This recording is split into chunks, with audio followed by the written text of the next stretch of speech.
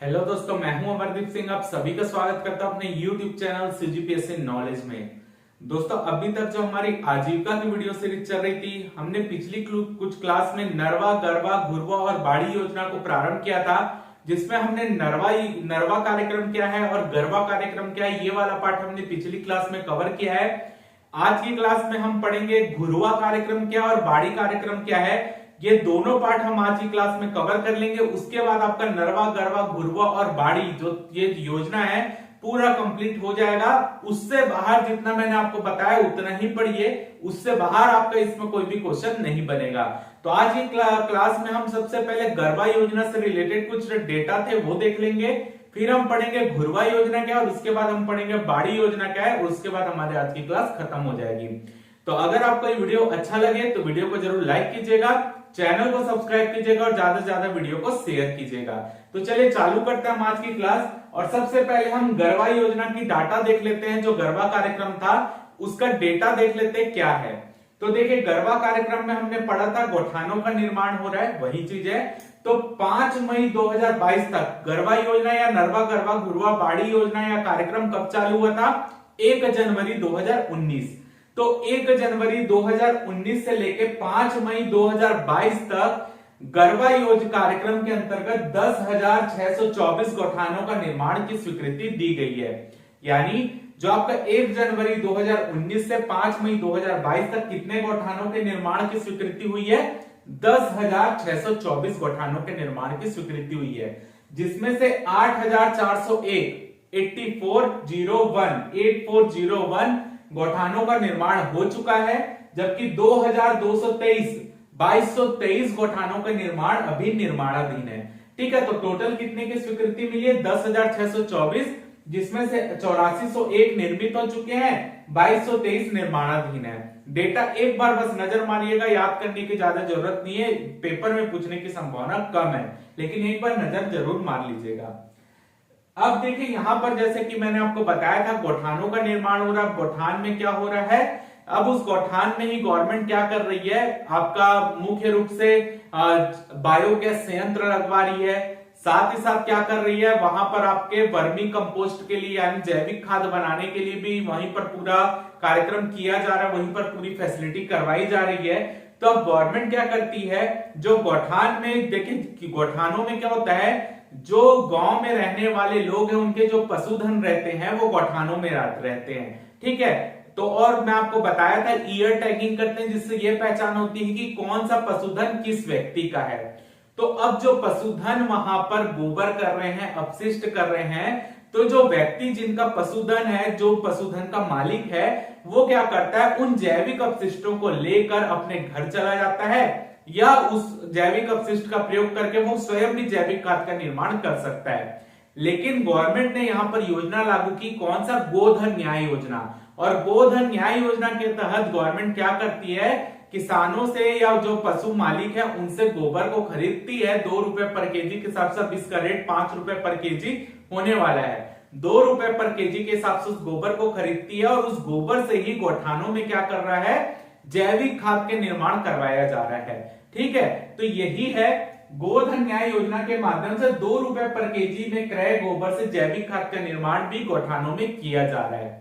अगला पॉइंट, और इसी गोबर से दिए, मूर्तियां, गमलों का निर्माण भी करवाया जा रहा है। यानी गवर्नमेंट क्या कर रही है? जो गोबर क्रय कर रही है उससे जैविक खाद बना रहा है, और जो गोबर नहीं भी दिया जा रहा है, यानी गौठानों में जो गोबर है उसका प्रयोग जो है हस्तशिल्प जैसे दिए, मूर्तियां या गमला, इनके निर्माण में भी किया जा रहा है। क्लियर है? अब हम देखते हैं घुरवा योजना। अगर घुरवा की बात करें, घुरवा कार्यक्रम, घुरवा का अर्थ छत्तीसगढ़ी में गड्ढा होता है। ठीक है, घुरवा का अर्थ छत्तीसगढ़ी में गड्ढा होता है। तो आप समझ जाइए गड्ढे का मतलब क्या है, कि इसमें क्या किया जा रहा है कि ऐसे व्यक्ति जिनके घर में, गांव क्षेत्र में आप देखे होंगे बाड़ियां रहती है, जो भी व्यक्ति उनके घर के या तो आगे या तो पीछे बाड़ियां रहती है जहां पर वो फल सब्जी ये सब लगाते हैं। तो ऐसे व्यक्ति जिनके बाड़ी में जगह है, उन बाड़ियों में घुरवा करवाया जा रहा है, यानी वहां पर गड्ढे बनवाए जा रहे हैं, और उस गड्ढे में क्या किया जा रहा है? जितने भी अपशिष्ट पदार्थ है गौठानों में भी हो रहा है, लोग अपने घर में भी करते हैं। ठीक है, तो वो बाड़ी के माध्यम से गड्ढे खोदे, जब बाड़ी में गड्ढे खोदे जाएंगे, घुरवा जो कार्यक्रम है उसके माध्यम से, और उस गड्ढे में क्या किया जाएगा, जो फसलों के अपशिष्ट होते हैं, पशुओं के अपशिष्ट होते हैं, उनको उस गड्ढे में भरा जाएगा और उनसे जैविक खाद का निर्माण किया जाएगा। ठीक है, तो वही चीज है, यहाँ पर गौठानों में पशुओं को रखा जा रहा है, यहाँ पर अब घर में क्या किया जा रहा है, जो भी व्यक्ति जिनके पास बाड़ी है उन बाड़ी में गड्ढों का निर्माण करवाएंगे, या जिनके पास पहले से गड्ढों का निर्माण है वहां पर वो तो चल ही रहा है, जो वो भी इस योजना के पात्र हैं। जहां पर बाड़ी है लेकिन उनके घर में गड्ढा नहीं है तो वो घुरवा के माध्यम से गड्ढा करवाएंगे, वहां पर जो है जैसे आप भू नाडेप पढ़ेंगे, वर्मी कंपोस्ट पढ़ेंगे, उस माध्यम से जैविक खाद का निर्माण करवाया जा रहा है। क्लियर है, तो कृषि तथा जैविक अपशिष्टों से जैविक खाद का निर्माण कर रासायनिक खाद के उपयोग में कमी लाना।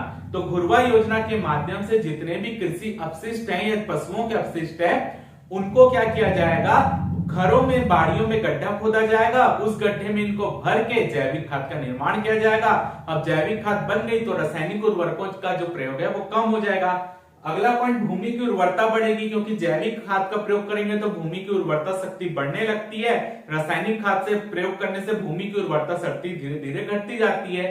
तो अब जैविक खाद का प्रयोग करेंगे तो भूमि फिर से उर्वर होना प्रारंभ होगी, कृषि उत्पादकता बढ़ेगी धीरे धीरे।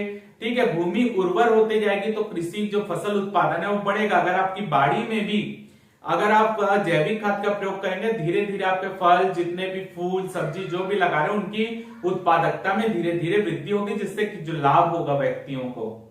अगला पॉइंट है, यहाँ पर आप घुरवा योजना के अंतर्गत क्या कर रहे हैं, जिला कलेक्टर क्या करता है, अपने जिले के अंतर्गत आने वाले प्रत्येक विकास खंड की 5 ग्राम पंचायत का चयन करता है। यानी जिला पंचायत, जो जिला कलेक्टर होता है वो क्या करेगा, अपने जिले में जितने भी विकास खंड है हर विकास खंड के 5 ग्राम पंचायत का चयन करेगा, और हर जो 5 ग्राम पंचायत का चयन किया उसने, उस ग्राम पंचायत में ये देखेगा कि कौन कौन से घर ऐसे हैं जहां पर बाड़ी है और उस बाड़ी में घुरवा है।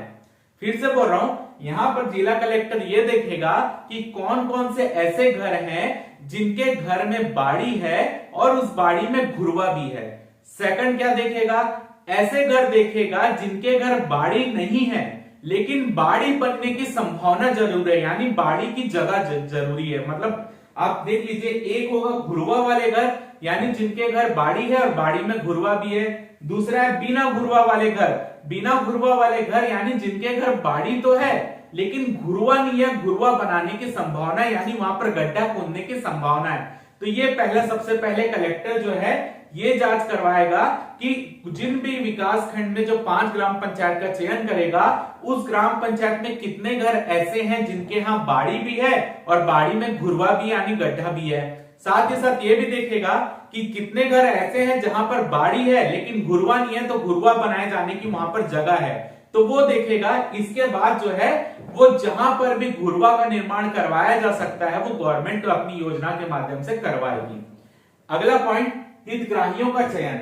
अब हितग्राहियों का चयन कैसे होगा, पहला, ऐसे परिवार जिनके पास पर्याप्त पशुधन हो, यानी ऐसे परिवार जिनके यहाँ बाड़ी है, साथ साथ बाड़ी के साथ साथ घुरवा भी है और साथ साथ वहां पर उनके घर में पशुधन भी है, क्योंकि अगर पशुधन है तो वो गौठानों में रखेगा, गौठान में जो पशुओं का अपशिष्ट होगा वो अपशिष्ट को लेकर ही तो वो अपने घुरवा में डालेगा। तो सबसे पहला जरूरी पॉइंट ये है कि घुरवा का चयन करते समय ये देखा जाएगा कि वो व्यक्ति उनके पास पशुधन है कि नहीं है। सबसे पहला पॉइंट, अगर उनके पास खुद के पशु हैं तो और उनको गौठानों में रख रहा है तो वहां घुरवा बनाया जाएगा उनके घर में। सेकंड, ऐसे परिवार जिनकी बाड़ी में घुरवा की जगह है, यानी ऐसे परिवार जिनकी बाड़ी में या तो घुरवा पहले से बना हुआ है या घुरवा बनाने की जगह है, तो वो भी इस योजना के लिए पात्र हैं। अगला पॉइंट है घटक, यानी घुरवा योजना के अंतर्गत गवर्नमेंट क्या क्या चीजें करवाती है।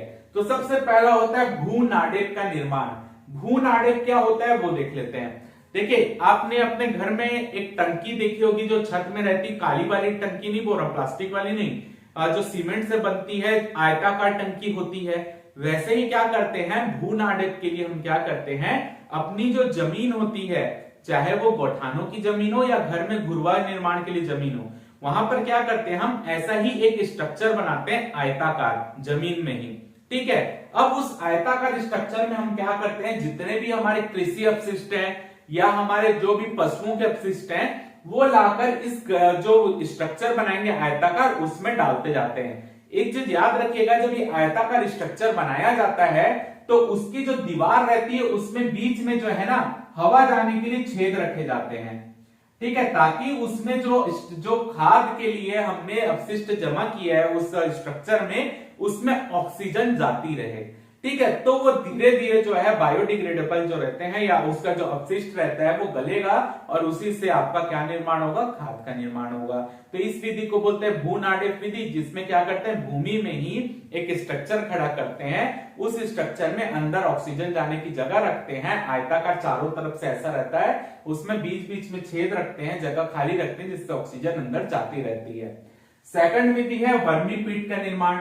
वर्मी पीट का निर्माण या तो आप भूमि के ऊपर भी कर सकते हैं, भूमि के नीचे भी कर सकते हैं।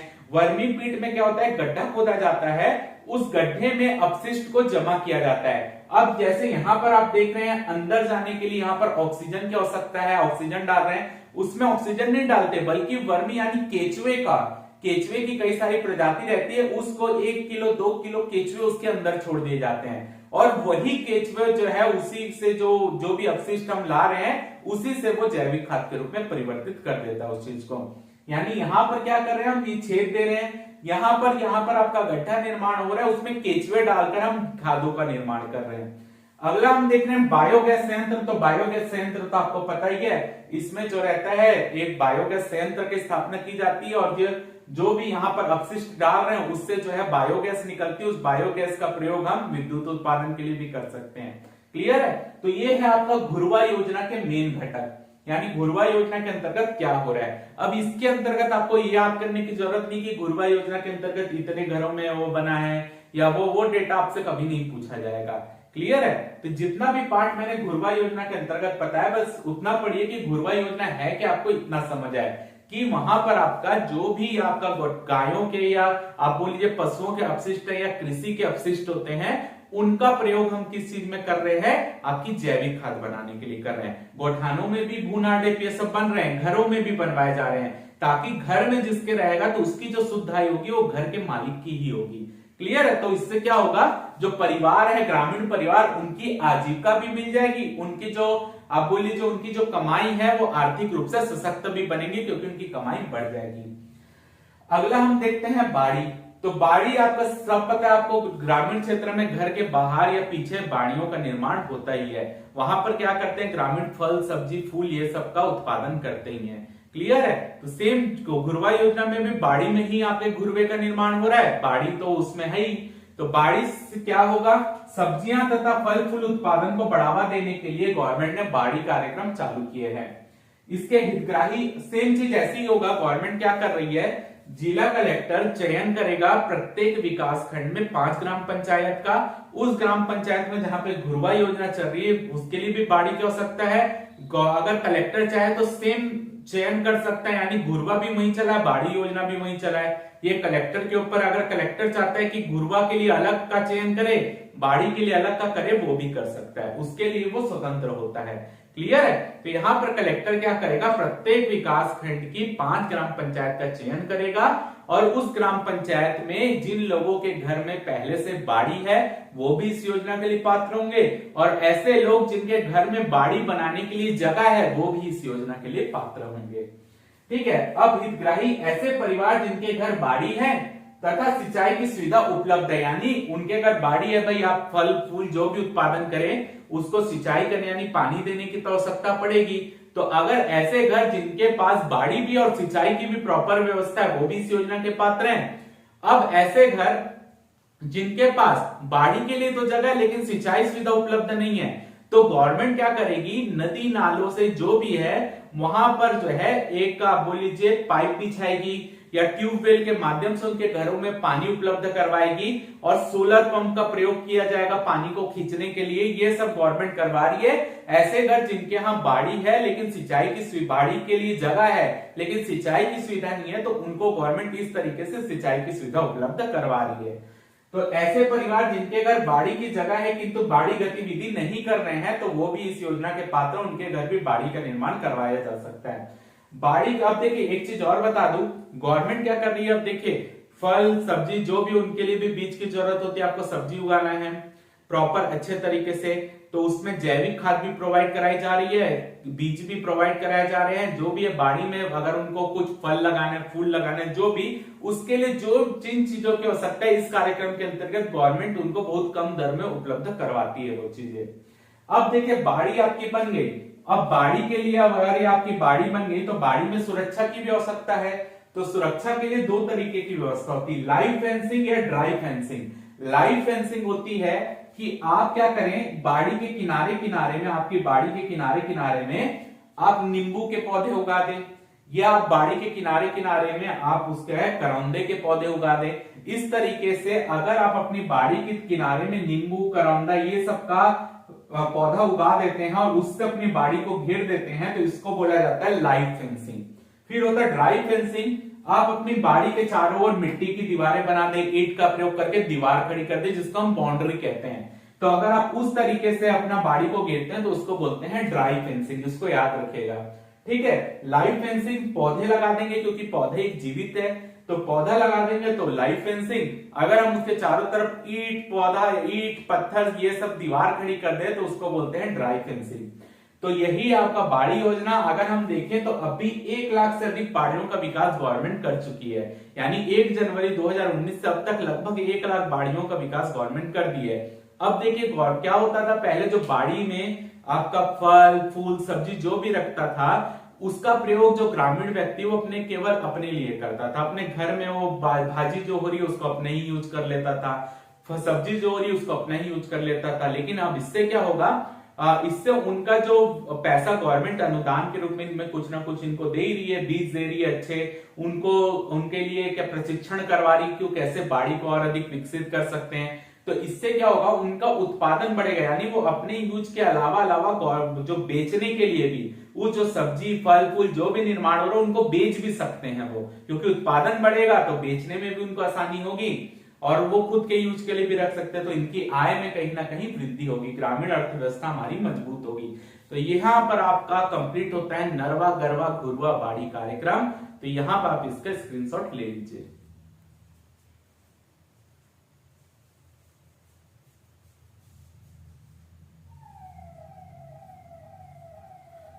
तो उम्मीद करता हूं कि आपको आज की क्लास अच्छी लगी होगी। अगर आपको वीडियो अच्छा लगा हो तो वीडियो को जरूर लाइक कीजिए, चैनल को सब्सक्राइब कीजिए, ज्यादा से ज्यादा वीडियो को शेयर कीजिए। फिलहाल के इस वीडियो में सिर्फ इतना ही। जय भारत, जय छत्तीसगढ़।